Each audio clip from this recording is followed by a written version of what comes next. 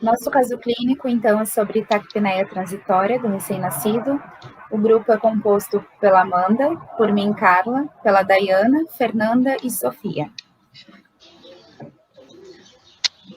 O objetivo do nosso trabalho, então, é apresentar o caso clínico, a avaliação fisioterapêutica, o planejamento terapêutico e o atendimento ambulatorial.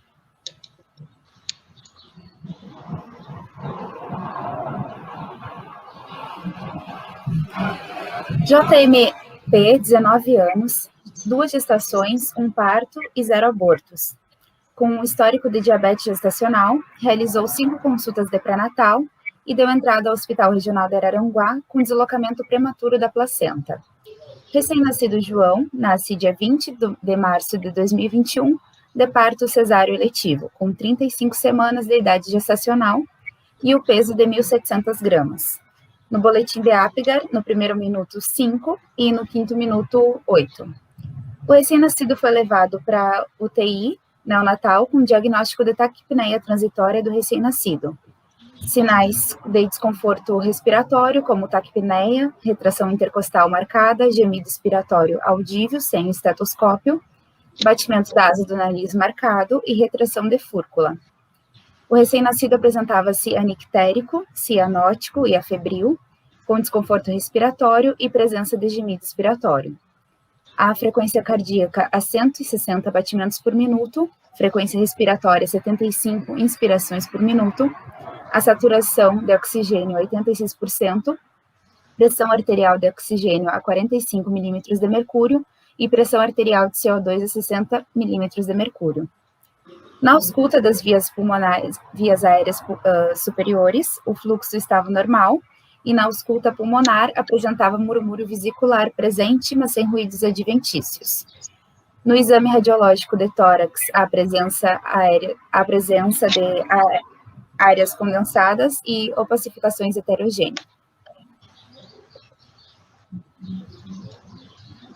No boletim de Silverman-Anderson, que ele é usado para avaliar os 5 aspectos do desconforto respiratório e quantificar o esforço respiratório, o recém-nascido ele foi classificado em 6, indicando, então, dificuldade respiratória moderada grave, sendo necessário a utilização de pressão positiva contínua das vias aéreas, o CPAP, através da pronga binasal longa, de número 2, com pressão expiratória final positiva de 5 centímetros de água, um fluxo de 8 litros por minuto, a fração expiratória de oxigênio de 0,40, até a estabilização do recém-nascido, os valores apresentavam maiores de 91% de saturação de oxigênio ou a pressão arterial de oxigênio a 70 milímetros de mercúrio. A recuperação pulmonar, através do aumento da complacência pulmonar, uma redistribuição e eliminação do líquido pulmonar, e permitir, assim, a insuflação da ar efetiva, podendo, dessa forma, suspender o CPAP. Além disso, o recém-nascido, ele possui diagnóstico de pé torto congênito, apresentando flexibilidade com adução e supinação do antepé, que foi visto no ultrassom durante a gestação e confirmado após o nascimento. Em conversa com a mãe, que estava presente na UTI neonatal, ela refere que ainda não se adaptou ao ambiente de terapia intensiva, devido aos barulhos e por não poder segurar o recém-nascido em todas as visitas. Ela declara que gostaria de ter mais filhos, mas se preocupa com a prematuridade do seu bebê e o risco da gestação. Além disso, ela está insegura com os cuidados após a alta hospitalar. Na avaliação fisioterapêutica realizada no dia 23 de março de 2021, o recém-nascido ele se encontrava na incubadora, com peso atual de 1.705 gramas. Os sinais vitais eles estavam mais satisfatórios, a frequência respiratória 60 inspirações por minuto, frequência cardíaca a 130 batimentos por minuto, pressão arterial 80 por 50 milímetros de mercúrio, saturação de 91%, com pressão arterial de oxigênio de 50 milímetros de mercúrio, e sem ruídos adventícios. Apresentava-se em decúbito dorsal, em tensão sem ninho, hipotônico, assimétrico, movimentos espontâneos durante a realização, expansabilidade torácica de 0,5 centímetros e assimétrica. O recém-nascido ele apresentava-se mais estável. No boletim de Silverman-Anderson foi classificado em 3, com batimentos de asa do nariz discreto, gemido expiratório audível somente com estetoscópio e retração de intercostal pouco visível. A saturação é 91%, não sendo mais necessário o uso do CPAP. Dessa forma, iniciou-se, então, a oxigenoterapia através do fluxo inalatório de 8 litros por minuto e fração inspirada de oxigênio 0,30%. Utilizado para manter, então, os níveis de pressão arterial de oxigênio entre 50 a 70 milímetros de mercúrio e pressão arterial de CO2 de 40 a 50 milímetros de mercúrio.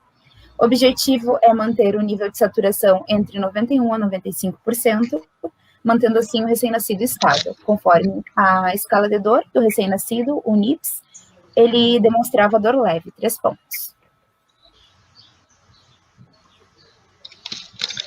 Bom, então aqui a gente tem o nosso fluxograma, no qual a gente colocou em destaque as duas patologias, né, do nosso RN, que seria a taquipneia transitória do recém-nascido e o pé torto congênito. A gente elencou alguns dos principais problemas aqui e as suas respectivas condutas, mas eu não vou entrar em detalhes, porque vai ser explicado detalhadamente, né, um por um, no nosso planejamento terapêutico. Pode passar, Fê. Mas, assim, o que eu gostaria de falar aqui, né, que a gente achou interessante e válido trazer, seria a origem de alguns dos problemas que foram citados no caso do clínico, para, assim, a gente conseguir entender um pouco fisiologicamente o porquê que aquilo está ocorrendo com o nosso recém-nascido. Então, por exemplo, na cianose, né, então a cianose, ela vai ser decorrente do edema pulmonar, né, da patologia em si. Então, esse acúmulo de líquido no pulmão vai fazer com que não permite, né, que haja uma insuflação pulmonar satisfatória. E, consequentemente, ele vai diminuir a quantidade de oxigênio circulante no corpo, né? Além também da inativação do surfactante, que também é presente na patologia, que vai contribuir com todo o quadro cianótico. Já a taquipneia, essas alterações da frequência respiratória, ela ocorre em função da alteração do volume corrente. Então, o corpo ele tem uma necessidade de se manter, né, de manter aquela capacidade residual funcional.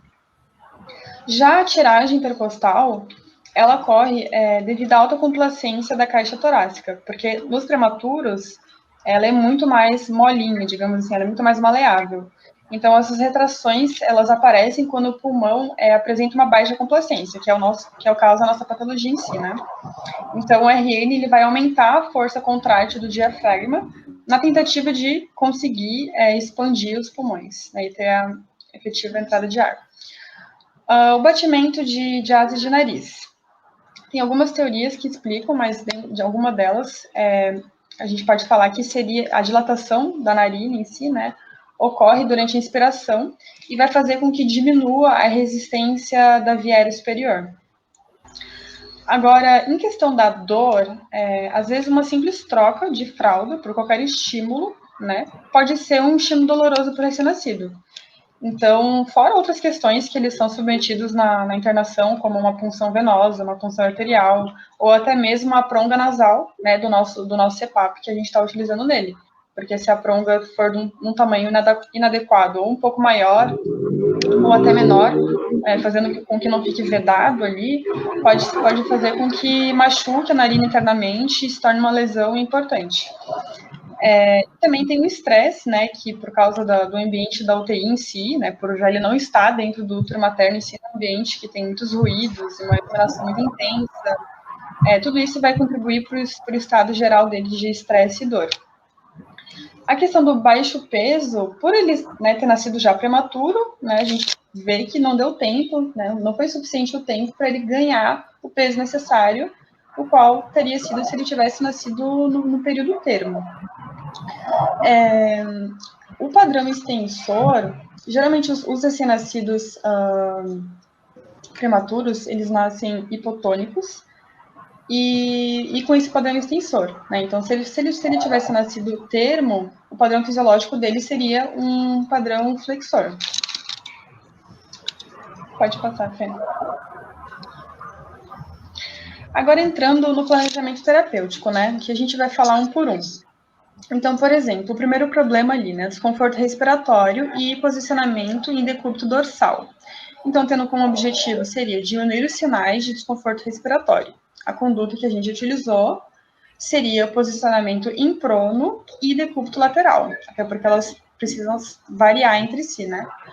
Então, a justificativa da prona seria a melhora da troca gasosa e a sincronia respiratória, diminui a incidência de apneia, diminui o gasto de energia e aumenta o tempo de sono do recém-nascido, que é um fator crucial ele ter as horas necessárias de sono por dia. Em decúbito lateral, ele permite a posição flexora, que seria a posição fisiológica, e adução dos membros, favorece a simetria corporal, tem o ganho de linha média e além de auxiliar na orientação mão e boca do RN. Dorsal, o posicionamento adequado que a gente colocaria seria decúbito lateral, desta forma, ou decúbito ventral, que seria de barriga para baixo. Bom, além disso, a gente elencou outros problemas, como a cianose, né? E aí, em relação a esse problema, a gente teria como objetivo aumentar o nível de saturação de oxigênio, né? Através de dois tipos de condutas. Através do CPAP, que ajudaria na melhora da mecânica respiratória, reduzindo a FiO2, para manter uma boa oxigenação, aumentando também a pressão alveolar de O2, facilitando as trocas gasosas, diminuindo o trabalho respiratório e a fadiga muscular, né?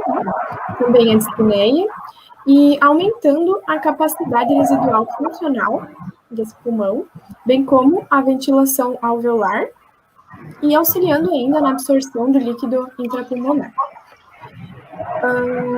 Também podemos usar de conduta a oxigenoterapia, né, que vai melhorar essas trocas gasosas, vai ajudar na vasodilatação arteriopulmonar, diminuir a resistência e pressão arterial pulmonar também, melhorando a FiO2, reduzindo o espaço morto e também diminuindo a sobrecarga, né, do trabalho cardíaco. Além disso, a gente encontrou outros problemas, como o padrão extensor, que já foi citado, né, e baixo peso. Em relação ao padrão extensor, a gente vai, como objetivo, promover a simetria e um padrão flexor, que é o padrão fisiológico, né. E aí a gente pode se utilizar o embrulhamento, que vai ajudar na contenção do RN, né, promovendo o padrão flexor, e também a organização comportamental, que vai estar sendo mostrado no próximo vídeo. Em relação ao problema de baixo peso, a gente vai ter como objetivo favorecer esse ganho de peso, né, reduzindo o estresse e a dor. Então, como conduta, a gente vai poder ter o método canguru ou a estimulação tátil. No método canguru, ela como justificativa, a gente tem que esse método ele vai ajudar na regulação da insulina e melhorar os movimentos peristálticos desse bebê. Vai estar servindo para confortar essa mãe, né, que foi citada no caso clínico, que ela estava preocupada, e fortalecer esse vínculo mãe e bebê, melhorando o padrão respiratório dele, a oxigenação, e auxiliando, então, para estabilizar os sinais vitais dessa criança, que é muito importante. Diminuindo o tempo da hospitalização, porque, como a gente sabe, quanto menos tempo ele ficar, né, hospitalizado, melhor vai ser o prognóstico desse bebê, melhorando o controle térmico desse recém-nascido, né, porque vai estar ali em contato com a mãe, pele a pele, vai limitar algumas infecções, né, aumentando a produção do leite materno, que vai ser muito importante para as taxas de aleitamento materno, que quando é aplicado esse método, ela é aumentada, né, o aleitamento. Também podemos usar, então, a estimulação tátil, que vai servir muito para reduzir a irritabilidade desse recém-nascido e favorecer o ganho de peso. O embrulhamento, então, a gente vai precisar de um lençol ou de uma fronha dobrada no formato de um triângulo. Ela deve estar na altura dos ombros do bebê. E o bebê deve estar contido, porém confortável.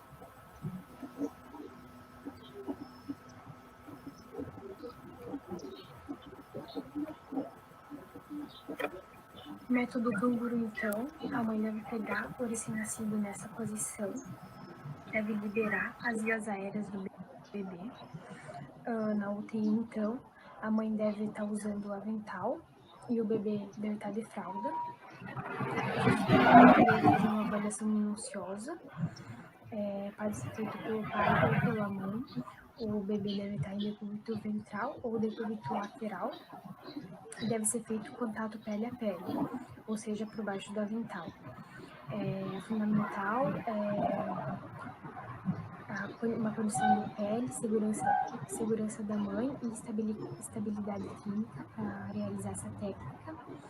O período dependerá do local que esse nascido se encontra, da rotina do setor e também da segurança da mãe para ficar nessa posição. Mas quanto mais tempo, melhor.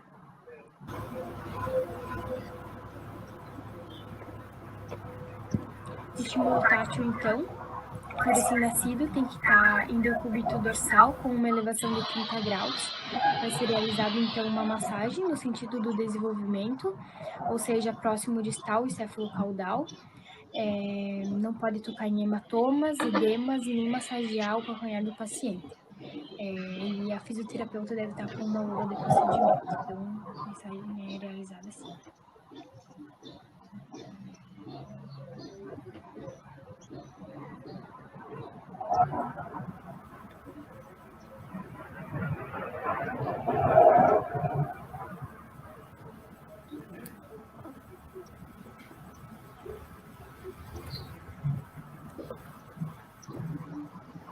Bom, além disso também achamos outros problemas como o pé torto congênito, né?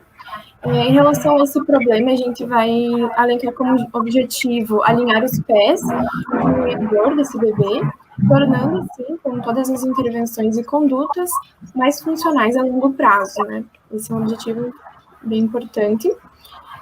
Através de algumas condutas, como o alongamento das estruturas que vão estar contraturadas, né? E pode ser feito com auxílio de brinquedos, já que elas são crianças, né? São bebês. Para que esse alongamento? Para que essa musculatura seja alongada, diminuindo essas contraturas, né, relaxando elas. Em relação a outra conduta, temos a mobilização e a estabilização. A mobilização e a estabilização do pé, elas são para que não haja recidivas, né, minimizando, então, uma necessidade de cirurgia. Artigos demonstram que cerca de até uns 5 meses, assim, a gente tem para fazer esse tratamento, senão às vezes é indicado a cirurgia. Além disso, a gente pode fazer também o engessamento, né? Geralmente se faz, né? Não somos nós fisioterapeutas, mas médicos. O engessamento coxopodálico, né? Com o joelho em 90 graus, assim que possível, né? Essa intervenção. Em casa, pode-se utilizar um splint de polipropileno após o período de engessamento. Também temos outro problema em relação a esse caso clínico, em relação aos ruídos, né? Como objetivo, a gente traçou controlar esses barulhos incômodos, né? E estabilizar os sinais vitais e reduzindo o quadro álgico desse paciente, desse recém-nascido. Através da conduta de estimulação auditiva, promovendo, então, o estímulo sonoro através de um som agradável, em torno de uns 45 decibéis, estimulando, então, a glândula pituitária, liberando, então, catecolaminas e reduzindo o estresse e a ansiedade, né, do bebê. Já vai ser mostrado, então, esse processo. Você deve escolher músicas com um ritmo adequado, por exemplo, Mozart, compõe músicas clássicas, essa que está tocando, no caso, e também pode ser optado pela gravação da voz materna.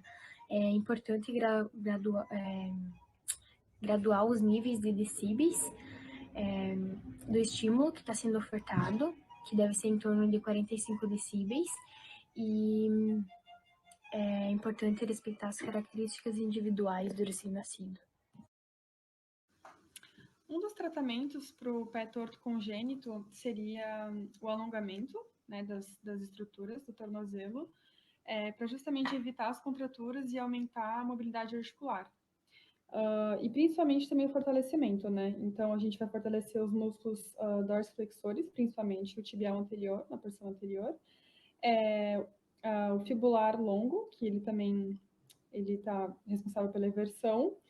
E também o tríceps sural, né, responsável pela plantiflexão. Então, todo esse grupo muscular, ele é importante como um todo para ter maior estabilização do tornozelo e as estruturas do pé como um todo.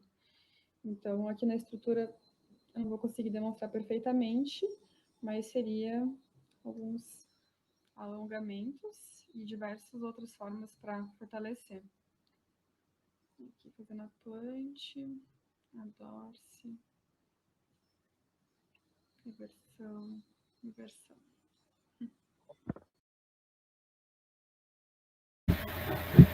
Outro problema também é a insegurança da mãe. Então, a gente tem o objetivo de auxiliar e conduzir a mãe sobre os cuidados pós-alta e também promover as estratégias com informações necessárias quanto ao cuidado do RN.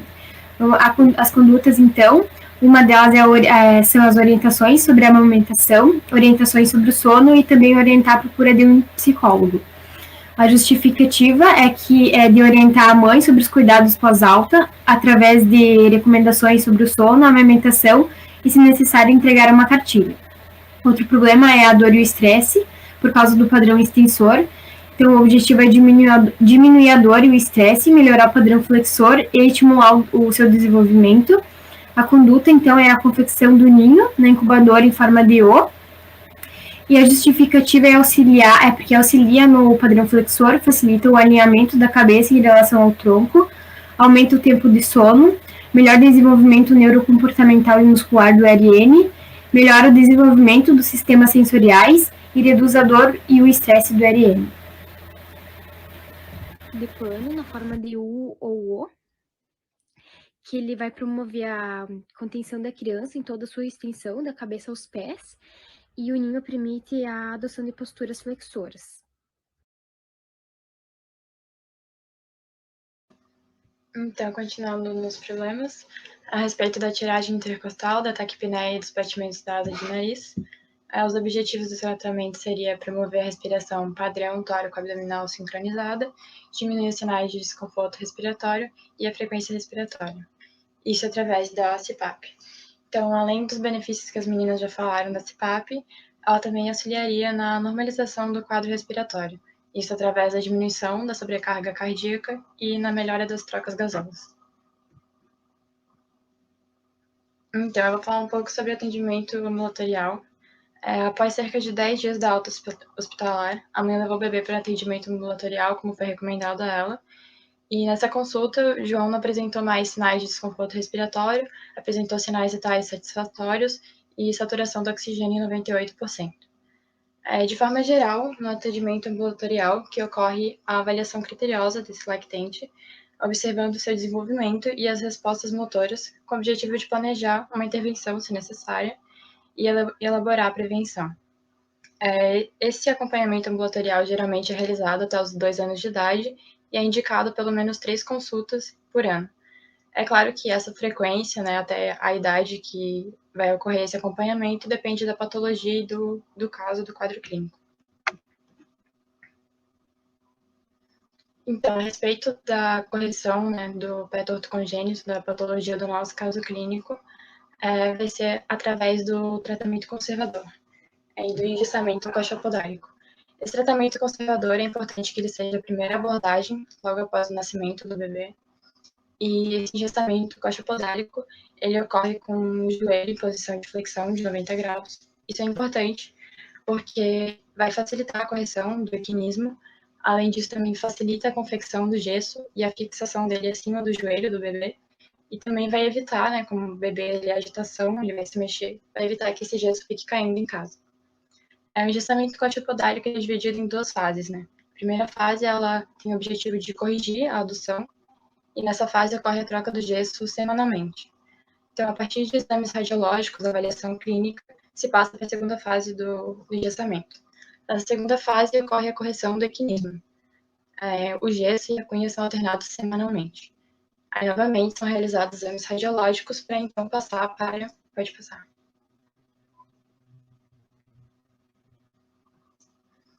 Passar para o uso do splint de polipropileno. Ele é utilizado 24 horas por dia e se tem indicação de retirar ele de 3 a 4 vezes por dia para realizar exercícios passivos de flexão dorsal e de abdução. É muito importante que a mãe seja orientada a levar o bebê para esse atendimento ambulatorial até o 10º dia de vida, para que esse tratamento seja iniciado de forma precoce.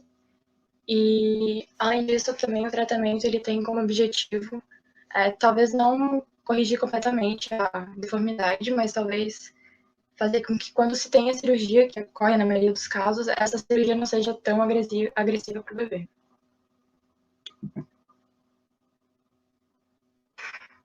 É isso.